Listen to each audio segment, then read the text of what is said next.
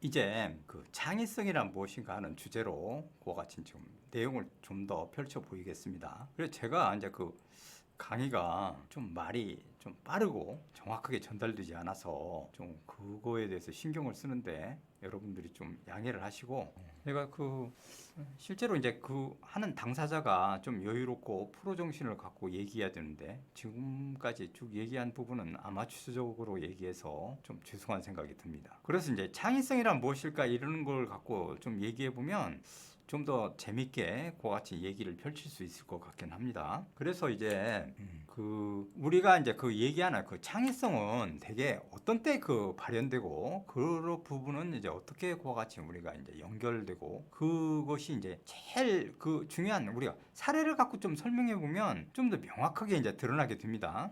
그래서 되게 이 부분을 갖고 이제 제가 이제 그 강의를 할 때 많이 그 얘기를 해왔는데, 많은 학생들을 가르치며 그 가장 중요한 자연 환경 문제에 관해서 이제 그 질문을 했을 때 창의성이 왜 중요한지 그런 이야기가 이제 그 잘 이해될 거라고 생각합니다.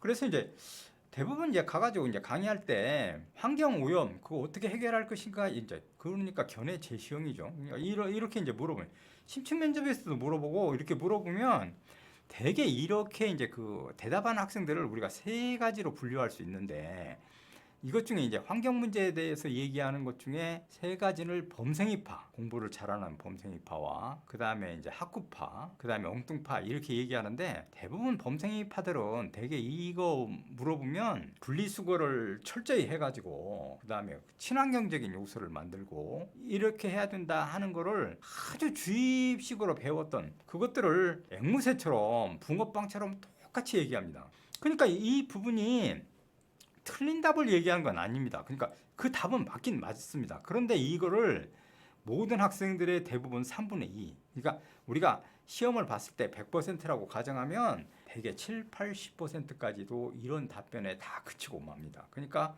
익숙한 범생이파가 얘기하듯이 분리수거를 하고 그와 같이 이제 친환경성을 높여야 된다. 이제 이렇게 얘기하고, 학구파들은 대개 이제 세제를 갖다가 같이 사용하는 걸 줄이고, 그 다음에 이제 농법이랄지 그 다음에 이제 어떤 친환경 요소를 어떻게 만들어 갈 것인지 그런 설명을 합니다. 그게 이제 대개 이제 범생이파나 학구파 이런 학생들이 얘기하는 건데, 이 두 파의 문제점은 틀린 답을 얘기한 건 절대로 아니라는 겁니다. 그런데 그 답이 배운 대로, 그러니까 배운 지식을 자기 방식대로 얘기했는데, 그거는 이미 모든 사람이 알고 있는 내용을 재진술한 것이 되기 때문에 상당히 문제점이 있습니다. 제가 이제 그것 중에 엉뚱파, 이제 그러니까 이게 실제 있었던 일인데, 그 고려대학교 심층 면접에 가가지고 이 자연계 학생이었는데 가가지고 교수님이 이렇게 질문했어요. 자네는 이 모든 쓰레기를, 지구상에 있는 쓰레기를 어떻게 처리하겠는가 이렇게 물으니까 그놈이 가만히 앉아있다가 저는 모든 쓰레기를 과자로 만들어서 먹겠습니다 이렇게 대답해가지고, 정말로 교수들이 파한대소하고 그 다음 질문 뭐 계속 이어져가지고 그 과자를 어떻게 만드는지 그렇게 이제 그와 같이 질문하고, 그거에 대해서 답을 그러니까 엉뚱하게 과자를 만들어 먹겠습니다 그래가지고 과자만 설명한다거나 그러면 그것 갖고는 합격하지는 못했을 겁니다. 근데 이제 그 학생이 그렇게 과자로 만들어서 먹을 정도의 그와 같은 이제 그러는 것. 요즘에 이제 그 음식물 쓰레기 처리 과정이랄지 그걸 처리해가지고 지금 동식물의 사료로 만들어가지고 지금 그와 같이 하고 있지 않습니까? 그러니까 그런 사례를 들어가지고 정말 우리가 청결하게 그와 같이 하게 된다면 과자까지 이렇게 만들어서 먹어도 아무 인체 이상이 없는 그런 재활용의 상태로 간다 이렇게 설명해낸다면 그 학생이 정말로 뛰어난 학생이 되고 그 학생이 합격하는 결정적인 요건이 된다는 겁니다. 그래서 이제 시험 채점 과정에서 채점해 보면 대개 우리가 한 70점에서 그 커트라인이 형성된다고 우리가 가정을 한다면 68, 65 뭐 그렇게 해서 70, 71, 72 이 정도의 많은 학생들이 거기에 집중되고 그 점수대에 쫙 늘어서게 되는 겁니다. 그래서 그게 이제 경쟁의 과정이 되기 때문에 그 학생들이 그렇게 이제 그 밀집돼 있을 때 그 학생을 어떻게 그와 같이 선별해 가지고 그 차이를 두어 가지고 합격이냐 불합격이냐를 결정지을 것이냐 할 때 이 문제들이 바로 이와 같은 문제점이기 때문에 정답을 얘기했을 때 정답은 얘기했지만 전혀 그 자기 생각이나 이러는 것들이 들어있지 않고 지금까지 모두 다 알고 있는 사실을 재반복한다. 그 다음에 재현만 했다. 이렇게 되면 그 학생은 정말로 앵무새나 붕어빵처럼 돼가지고 합격하지 못하는 그런 일들이 생겨날 수 있다는 겁니다. 이렇게 이제 창의성이 중요한데 이게 이제 그러니까 요즘에는 이제 그 경쟁률이 많이 줄어들고 논술이 이제 많이 약화됐는데 초창기에는 정말로 엄청났습니다. 그러니까 뭐 한 과가 뭐 보통 60대 1은 보편적이었고 그 모든 학생이 이제 논술을 봐가지고 대학에 가야 되는 그런 상황이 발생했던 적도 있습니다. 그럴 때 이제 그 모든 학생들이 논술로 그와 같이 해가지고 그렇게 했는데 그때 그 생각해 보면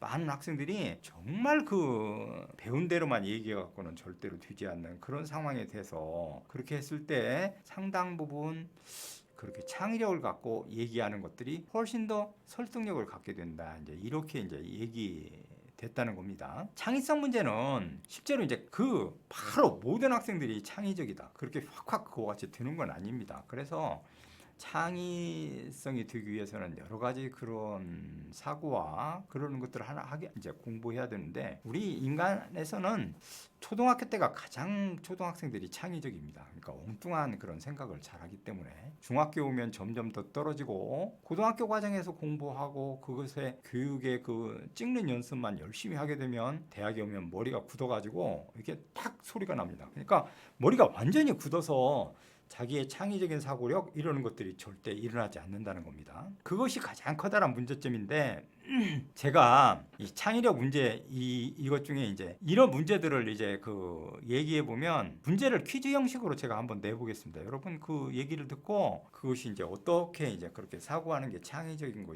것인지 이 사례에서 쉽게 아마 깨닫게 될 겁니다. 그 어느 목사님이 그 자기가 한강을 맨발로 걸어가겠다 모든 신도들 앞에서 이렇게 얘기했어요.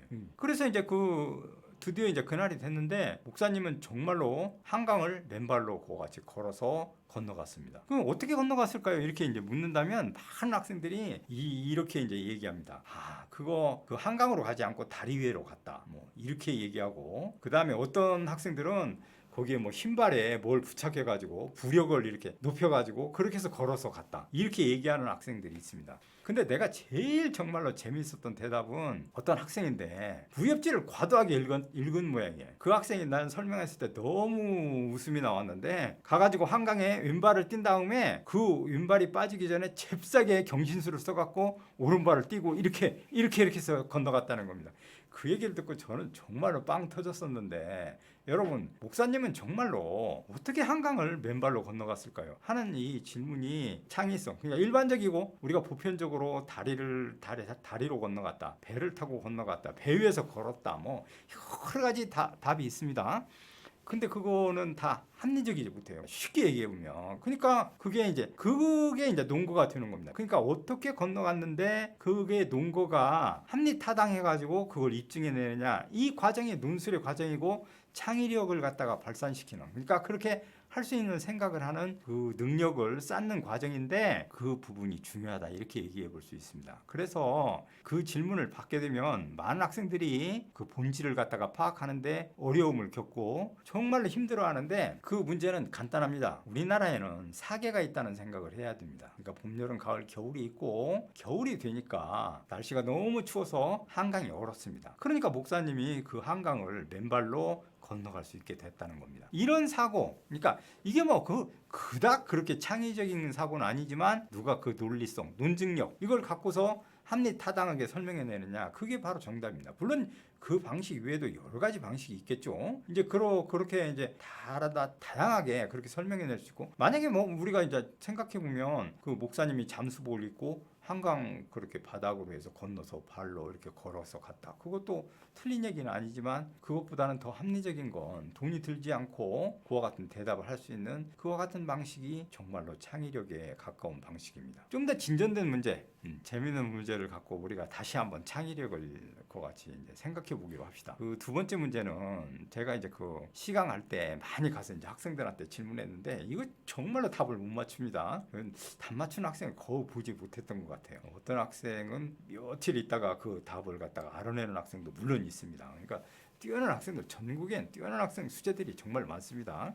이 한 남자가 한 여자를 사랑했는데 그 여자의 친구를 사랑했어요. 그러니까 이게 삼각관계가 됐어요. 그러니까 처음에 사귀었던 여자친구가 그 남자에게 정말로 혐오스럽고 그 참아내기 어려운 그런 말을 해서 비난을 하고 모욕을 줬습니다. 그러니까 이 남자가 그 모욕을 견딜 수 없어가지고 정말 완벽한 살인에 의해서 그 여자를 죽이려고 맘먹었어요. 그래서 어떻게 했는가 하니 그 여자와 함께 서부 영화를 보러 갔어요. 서부 영화를 보러 가가지고 그 영화 장면 중에 주인공이 총을 꺼내가지고 그 쏘는 그 소리에 맞춰서 자기도 안 주머니에서 총을 꺼내가지고 그 여자를 쏴서 진짜로 죽였어요. 그래가지고 데리고 나왔는데 아무도 그걸 신고하거나 그 다음에 그거를 갖다 조지하거나 이러는 상황이 일어나지 않았다는 겁니다. 어떻게 그게 가능했을까? 이렇게 이제 학생들한테 질문하면 제일 첫 번째 이제 학생들 정말 뛰어난 학생 많습니다. 그게 중에 제일 재밌는 대답은 첫 번째로 그게 영화 촬영 장면이야. 영화 촬영 장면. 그러니까 영화 촬영 장면이어가지고 대부분 뭐 물론 그렇습니다. 영화 촬영 장면에 총을 쐈는데 그걸 갖고 신고하거나 이러지 않았겠죠.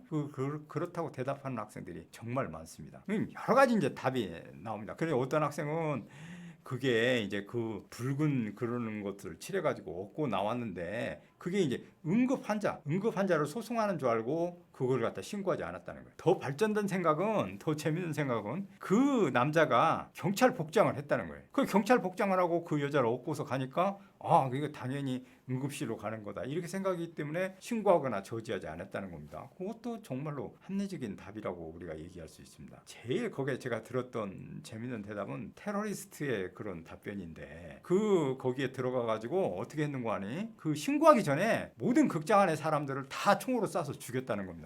신고할 사이가 없었기 때문에 그게 신고하지 못했다는 거예요. 그게 이제 그와 같이 대답하는데 이렇게 다양한 대답을 합니다. 여러분 정말로 그거 정말 서부 영화에서 총을 쏴서 죽이는 그 장면의 그런 해답은 정말 무엇일까요? 잘 생각해 보시고 그 다음번에 제가 이제 시간이 나면 그거에 대한 본질을 그렇게 얘기해 드리겠습니다. 여러분 그 강의 오늘 이렇게 쭉 전개했는데 여기까지 일 마무리하고 다음 강의에서 또다시 뵙도록 하겠습니다. 감사합니다, 여러분. 고맙습니다.